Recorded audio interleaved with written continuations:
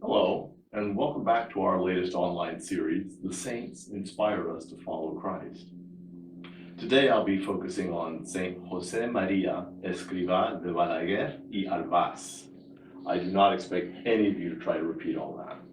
That was his full name in Spanish. We just celebrated his feast day on June 26th. This is in fact actually the first of two presentations on Josemaria. The second one will be later this week. Now, Josemaria was a 20th century saint, so he's the most recent one we've discussed so far. And just as an aside, while it is unusual in the English-speaking world for a man to bear a woman's name, it is not unheard of in Spanish cultures to include the Blessed Mother's name among a man's given names. So Josemaria's name in English would be Joseph Mary. Josemaria was born in 1902 in Spain. Regarding his vocation, he tells of first feeling a calling when he witnessed a barefoot monk's footprints in the snow.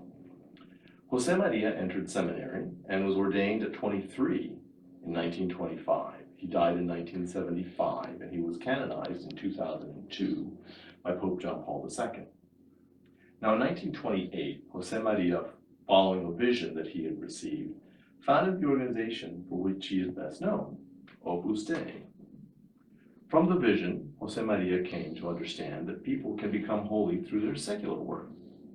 In other words, one's work, in order to be sanctifying, need not be tied directly to the church, such as serving as a member of the clergy or in a religious order, or teaching in a Catholic school, or working in a Catholic hospital or orphanage. All work, working in an office or factory or on a farm or at a retail establishment, even household chores, could be a form of sanctifying activity, so long as it is performed out of one's love for God. Now, the term Opus Dei merely means work of God or God's work. Opus Dei is an organization of lay people, which obviously includes the vast majority of us. Opus Dei was granted final approval in 1950 by Pope Pius XII as an institution of pontifical right, and many parishes have Opus Dei chapters. Now, in promoting his organization Opus Dei and growing the organization, Josemaria emphasized the Church's teaching that all men are called to holiness. The Second Vatican Council affirmed this teaching in its dogmatic constitution on the Church called Lumen Gentium, promulgated in 1964. So, there are no persons excluded from this universal call to holiness. What this means is that while not all men, not all men are not merely invited to holiness. They're actually called by God to exist in a state of holiness. In other words, that is what all of us were made to be. Our very creation took place because of God's intention that we be holy, that we fulfill what we were meant to be by living a life of holiness for all eternity.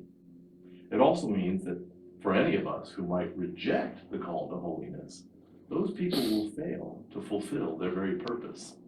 Now just imagine spending all eternity frustrated from achieving the very life for which you were created. That is part of the torture experienced by the souls in hell.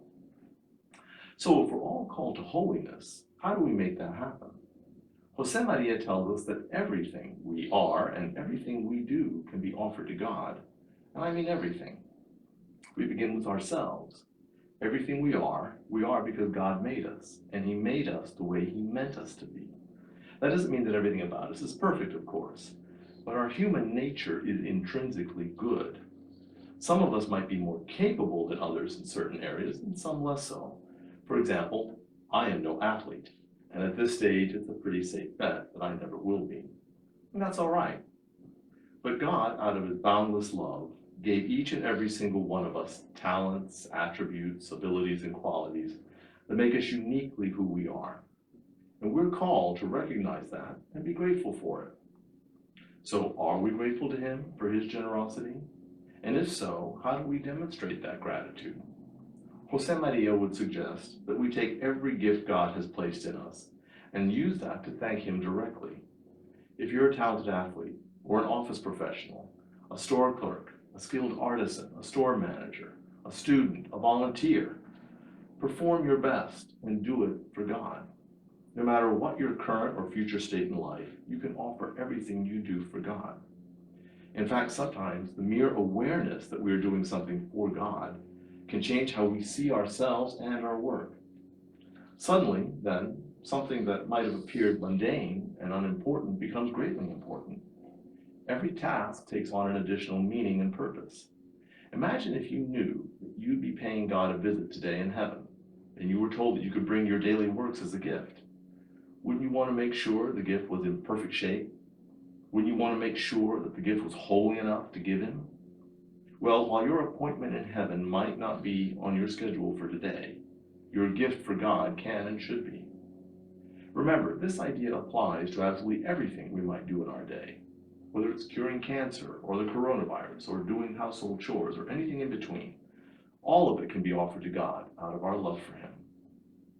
Mind you, this is not because God is some egotistical boss demanding we hand everything over to him, nor is it because God needs anything from us. He doesn't need anything. As St. Thomas Aquinas teaches us, God is absolutely complete as he is already, with no need for anything from anyone. So God is not greedily demanding the fruits of our labors. Rather, it is out of his love for us that God gave us everything we have and everything we ever will have. So, if we're called to imitate God's loving example, we in turn should seek to give him everything we have. Now, as a practical matter, this does not mean driving over to the church and dropping off all our worldly possessions. And even if we did, God does not send a pickup band from heaven to gather our offerings.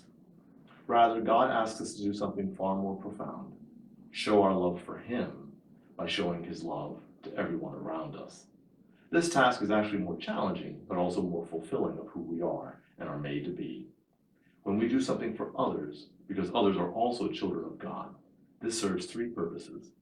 It enriches those we serve or on whose behalf we act. It enriches us by forming us in the spirit of imitating God. And it gives us a way to return God's love that he so generously bestowed on us by our creation. Thanks for listening. As I said, part 2 of the presentation on Josemaria Escriva will be later this week. Until then, God bless you and stay safe.